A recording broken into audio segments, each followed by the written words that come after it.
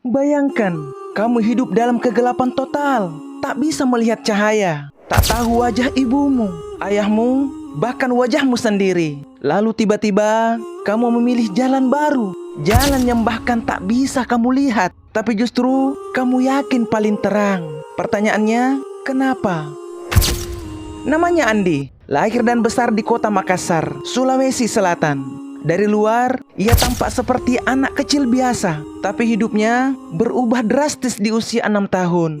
Sebuah infeksi parah menyerang matanya, dan karena keterbatasan biaya serta penanganan medis yang lambat, Andi kehilangan penglihatannya. Total, dunia yang dulu penuh warna berubah menjadi gelap selamanya. Andi berasal dari keluarga non-muslim yang hidup dalam kesederhanaan.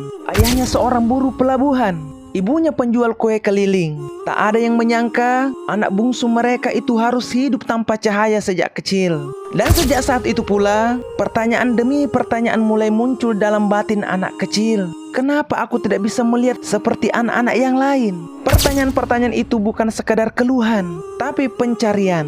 Ia tumbuh jadi anak yang sangat peka dan dalam pemikirannya. Karena tak bisa melihat, Andi menjadi pendengar yang sangat baik. Setiap suara ia rekam di pikirannya. Suara burung, hujan, langkah kaki, hingga bisik-bisik orang dewasa. Tapi yang paling membekas adalah suara lantunan yang tak ia pahami maknanya, namun membuat hatinya bergetar. Itu adalah suara ayat Al-Quran yang tanpa sengaja ia dengar dari radio tua milik pamannya. Suara itu tenang, dalam, dan penuh keteduhan, membuatnya menangis. Ia pun tak tahu kenapa, tapi sejak saat itu, ia tahu ada sesuatu yang ingin ia cari. Andi mulai banyak bertanya tentang Tuhan, tentang makna hidup, tentang arah tujuan manusia. Di sekolah luar biasa tempat ia belajar, ia mulai berkenalan dengan teman-teman muslim. Dan di sanalah, pintu itu mulai terbuka. Pintu menuju cahaya di tengah hidup yang tak pernah mengenal terang. Pertemuan dengan Islam. Andi tidak pernah bermimpi bahwa suara yang ia dengar dari radio tua itu akan menjadi jalan hidupnya. Tapi sejak peristiwa itu, ia tak bisa berhenti memikirkan suara lantunan ayat-ayat yang menggugah hatinya. Ia mencoba bertanya dengan cara yang ia bisa kepada teman-teman, guru, bahkan satpam di sekolahnya. Itu suara apa? Kenapa aku merasa damai saat mendengarnya? Di sekolah luar biasa, tempat ia menuntut ilmu, Andi memiliki teman sebangku bernama Yusuf. Seorang muslim yang sabar dan penyayang. Yusuf sering membantu Andi, membimbingnya berjalan, membacakan pelajaran, bahkan menggambarkan suasana lewat kata-kata. Tapi yang paling membekas bagi Andi adalah ketika Yusuf membacakan arti dari ayat-ayat Al-Quran. Aku tidak tahu seperti apa tulisan itu, tapi saat Yusuf membacakan artinya, aku merasa sedang mendengar suara Tuhan yang berbicara langsung ke hatiku, kata Andi suatu waktu. Ia mulai jatuh cinta dengan kisah-kisah para nabi, kisah Nabi Yusuf yang sabar dalam penjara, kisah Nabi Musa yang berani melawan kekuasaan zalim, dan terutama kisah Rasulullah Shallallahu Alaihi Wasallam yang membawa risalah bagi manusia tanpa memandang warna kulit, kekayaan, bahkan kondisi fisik. Tapi yang paling mengguncang hati Andi adalah satu ayat ini. Dan barang siapa yang buta hatinya di dunia ini, maka di akhirat ia akan lebih buta dan lebih tersesat dari jalannya. Quran Surah Al-Isra ayat 72. Andi terdiam, jantungnya berdegup lebih cepat dari biasanya. Ia berpikir, apakah aku termasuk orang buta di dunia dan juga di akhirat nanti? Pertanyaan itu terus menghantuinya, bukan dengan rasa takut, tapi rasa haus akan kebenaran, haus akan cahaya. Ia ingin belajar lebih banyak. Ia ingin tahu kenapa Islam bisa membuat hati yang gelap sekalipun menjadi terang. Dan titik balik itu pun tiba. Momen syahadat. Hari itu, langit Makassar mendung, tapi hati Andi terang benderang. Di sebuah masjid kecil di pinggiran kota, Andi duduk bersimpuh di hadapan seorang ustadz dan 2 orang saksi. Tangan kanannya menggenggam erat tangan Yusuf, sahabatnya yang selama ini menjadi mata dan hati baginya dalam mengenal Islam. Suasana hening, semua mata tertuju padanya, tapi Andi tidak bisa melihat satupun dari mereka. Namun, bukan itu yang ia pikirkan. Yang terlintas dalam pikirannya hanya satu. Hari ini, aku bukan lagi sekedar pencari. Aku akan menjadi bagian dari cahaya itu. Dengan suara bergetar, namun mantap, ia mengucapkan 2 kalimat syahadat. Asyhadu an la ilaha illallah wa asyhadu anna Muhammadar Rasulullah. Begitu ia selesai mengucapkannya, takbir bergema di ruang kecil itu. Andi pun menangis. Begitu pula Yusuf. Tapi itu bukan tangis sedih. Itu adalah tangis kebebasan. Bebas dari keraguan. Bebas dari kegelapan batin. Bebas dari rasa kehilangan arah. Aku mungkin tak bisa melihat Ka'bah, kata Andi sambil tersenyum. Tapi aku ingin hatiku selalu menghadap ke sana. Banyak yang terharu. Bahkan ustadz yang membimbingnya berkata, hari ini kita semua belajar bahwa hidayah tidak mengenal batas penglihatan. Sejak hari itu, hidup Andi berubah.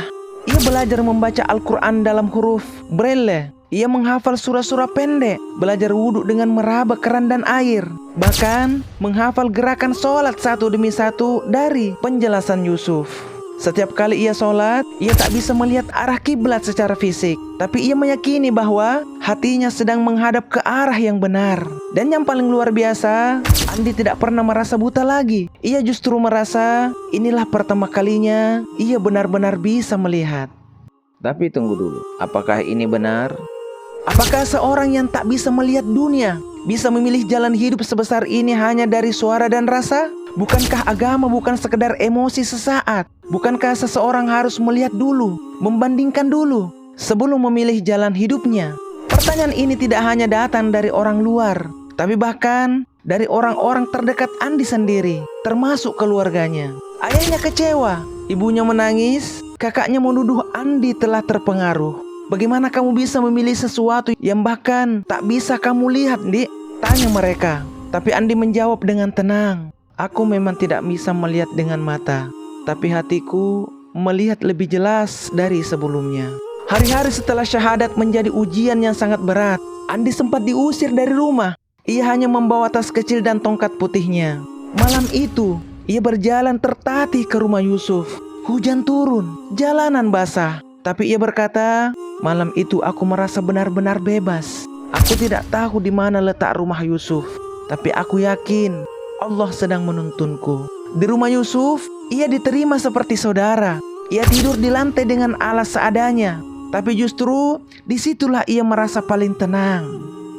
Pembuktian iman lewat tindakan. Tak ingin menjadi beban, Andi mulai membantu di masjid. Ia membersihkan sajadah, mengatur sandal jemaah, hingga membantu merekam pengajian. Ia juga mulai belajar membaca Al-Quran Braille. Setiap malam, ia hafalkan satu demi satu huruf Arab timbul yang dipelajarinya dengan jari-jari. Ia juga mulai ikut kelas-kelas dakwah. Dan di salah satu kajian, ustadz yang membimbing berkata, kita yang punya mata kadang tidak melihat kebenaran, tapi Andi yang buta justru melihat dengan hati yang jernih. Perlahan, masyarakat sekitar mulai menghormati Andi. Banyak yang datang meminta nasihat. Bahkan seorang tokoh masyarakat berkata, Andi bukan mu'allaf biasa, ia pembawa cahaya. Tapi ujian belum selesai. Pertemuan haru dengan sang ibu. 2 tahun berlalu sejak Andi meninggalkan rumah. Tak ada kabar dari ibunya, tak ada pesan, tak ada telepon, hanya doa yang terus mengalir dari lisannya agar ibunya diberikan hidayah dan ketenangan. Namun pada sore hari yang tak terduga, ketika Andi sedang duduk di teras masjid, usai mengajar huruf hijaiyah Braille kepada anak-anak tunanetra, seorang wanita parubaya datang. Langkahnya ragu-ragu, nafasnya tampak berat, wajahnya menua, matanya sembab. Ia menghampiri Andi pelan-pelan dan berbisik, "Dik, ini ibu." Andi kaget, nafasnya tercekat. Ia tak bisa melihat, tapi ia tahu suara itu adalah suara yang sangat ia rindukan, ibunya sendiri. Dalam sekejap, tubuhnya dipeluk erat. Ibu dan anak itu menangis dalam diam. Suasana masjid hening. Jemaah yang menyaksikannya hanya bisa tertunduk haru. Maafkan ibu butuh waktu. Ibu kira kamu tersesat, tapi ternyata kamu yang lebih dulu menemukan jalan pulang. Bisik sang ibu sambil meneteskan air matanya. Hari itu menjadi titik balik kedua. Bukan hanya bagi Andi, tapi juga bagi ibunya. Beberapa bulan kemudian, setelah mengikuti kajian demi kajian bersama Andi, sang ibu memutuskan untuk mengucap syahadat pula. Ia memilih Islam, bukan karena dipaksa, tapi karena ia melihat sendiri bagaimana seseorang yang tak bisa melihat justru mampu menuntunnya pada cahaya. Kamu buta sejak kecil, Dik, tapi kamulah yang membuka mata hati ibu. Kata-kata ini masih terngiang di telinga Andi hingga kini. pertemuan yang tak disangka itu menjadi pelengkap kisah luar biasa ini, bahwa hidayah bisa datang kepada siapa saja, lewat siapa saja, bahkan dari anak kepada ibunya sendiri. Siapa yang buta sebenarnya? Kini kita tahu jalan terang itu bernama Islam, dan Andi adalah bukti nyata bagi mata, bukan satu-satunya alat untuk melihat kebenaran. Justru di saat tak ada yang bisa ia lihat secara fisik, ia mulai benar-benar melihat dengan hati. Pertanyaannya sekarang bukan lagi bagaimana mungkin orang buta bisa menemukan cahaya, tapi berapa banyak dari kita yang masih celik mata, tapi sebenarnya buta hati. Apa kabar mualaf ini sekarang? Sekarang, Andi bukan lagi remaja pencari arah. Ia menjadi pengajar Al-Quran Braille untuk penyandang disabilitas netra di Makassar. Ia juga aktif dalam komunitas dakwah tunanetra di berbagai kota di Indonesia. Andi sering diundang ke masjid, sekolah luar biasa, bahkan ke podcast acara TV lokal untuk membagikan kisahnya. Aku ingin menunjukkan bahwa keterbatasan bukan penghalang untuk meraih hidayah. Justru kadang keterbatasan adalah jalan tercepat menuju cahaya, kata Andi dalam sebuah wawancara. Ia kini hidup bersama ibunya yang telah menjadi muslimah. Keduanya aktif dalam kegiatan sosial untuk membantu sesama, khususnya kalangan difabel. Yang luar biasa, Andi bahkan sedang menghafal Al-Quran. Meski satu huruf pun tak bisa ia lihat, ia meraba, menghafal, mengulang, lalu menangis. Bukan karena lelah, tapi karena cinta. Pertanyaan yang membelah opini. Apakah benar seseorang bisa mengenal Islam dengan sempurna hanya lewat suara dan rasa? Atau sebaliknya, apakah kita yang mampu melihat justru terlalu banyak tergoda oleh dunia sehingga cahaya kebenaran sulit masuk ke hati? Silakan tulis pendapatmu di kolom komentar. Jika kisah ini menyentuh hatimu, bantu sebarkan ke lebih banyak orang. Klik like, share ke teman-temanmu, dan jangan lupa tekan tombol subscribe, karena mungkin saja lewat satu klikmu Allah bukakan hidayah untuk orang lain. Sampai jumpa lagi di kisah inspiratif berikutnya hanya di channel Jejak Abadi. Kami pamit. Wassalamualaikum warahmatullahi wabarakatuh.